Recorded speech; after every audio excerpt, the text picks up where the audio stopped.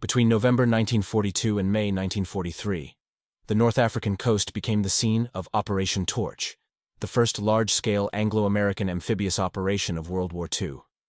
This Allied invasion targeted French North Africa, specifically Morocco and Algeria, with the goal of securing a foothold on the continent, removing Axis forces from the region, and easing pressure on the Soviet Union by opening a second front. After France signed an armistice with Germany in 1940, its colonies in North Africa remained under the Vichy regime, which was officially neutral but collaborated with the Axis powers.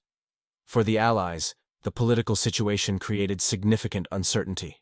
American and British planners were unsure whether local French commanders would resist or cooperate.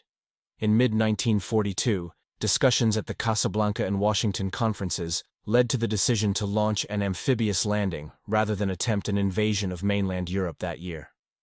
Operation Torch would be the first combat test for many American units, and the first time that British and American military forces operated together on such a large scale under a unified command. The operation was divided into three main landing zones. The Western Task Force, led by Major General George S. Patton, landed at Casablanca on the Atlantic coast of Morocco. The Center Task Force, under Major General Lloyd Fredendall, landed at Oran in Algeria. The Eastern Task Force, commanded by Major General Charles W. Ryder, landed near Algiers. The entire operation involved over 100,000 troops, more than 500 ships, and hundreds of aircraft. Landings began early on November 8, 1942. Some French coastal defenses opened fire, resulting in naval engagements and fighting at landing sites. In Casablanca, resistance was stronger than anticipated, and American forces had to capture the city's port and airfields under heavy opposition. At Oran, Vichy naval vessels attempted to break out, but were intercepted and sunk by British and American warships. At Algiers, local resistance was lighter, partly due to a coup by French resistance fighters who seized key facilities and disrupted Vichy command. After several days of fighting and negotiations involving Admiral François Darlan, a high-ranking Vichy official present in Algiers, an agreement was reached for an armistice. The Allies recognized Darlan as High Commissioner of French North and West Africa, a controversial decision that provoked criticism, but ensured the quick cessation of hostilities. In response, German and Italian forces rapidly deployed to Tunisia to strengthen their position before the Allies could advance.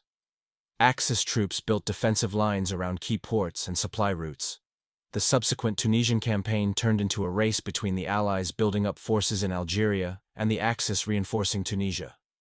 The fighting included battles at Kasserine Pass, where inexperienced American units suffered heavy casualties against seasoned German troops under General Erwin Rommel. Through late 1942 and early 1943, Allied forces reorganized, improved logistics, and brought in reinforcements, including the British Eighth Army, which had advanced from Egypt after the Second Battle of El Alamein. Combined offensives gradually pushed Axis forces back. By April, the Allies had launched final operations to encircle German and Italian units in northern Tunisia.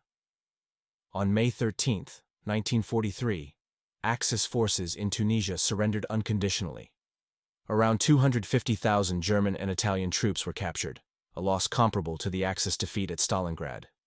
The victory secured North Africa under Allied control, eliminated the Axis threat to the Suez Canal and Middle Eastern oil fields, and provided bases for the invasion of Sicily in July 1943.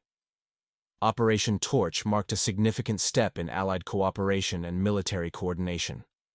It highlighted challenges in command structure, supply lines, and joint planning that would be addressed in later campaigns.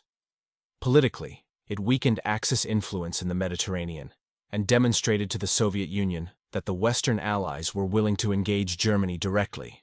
The North African landings also affected Vichy France's status. The German occupation of unoccupied Vichy territory in mainland France, known as Case Anton, was carried out in response to the Allied landings, ending any remaining illusion of Vichy neutrality. In historical terms, Operation Torch showed the strategic importance of North Africa in controlling Mediterranean shipping routes and airfields.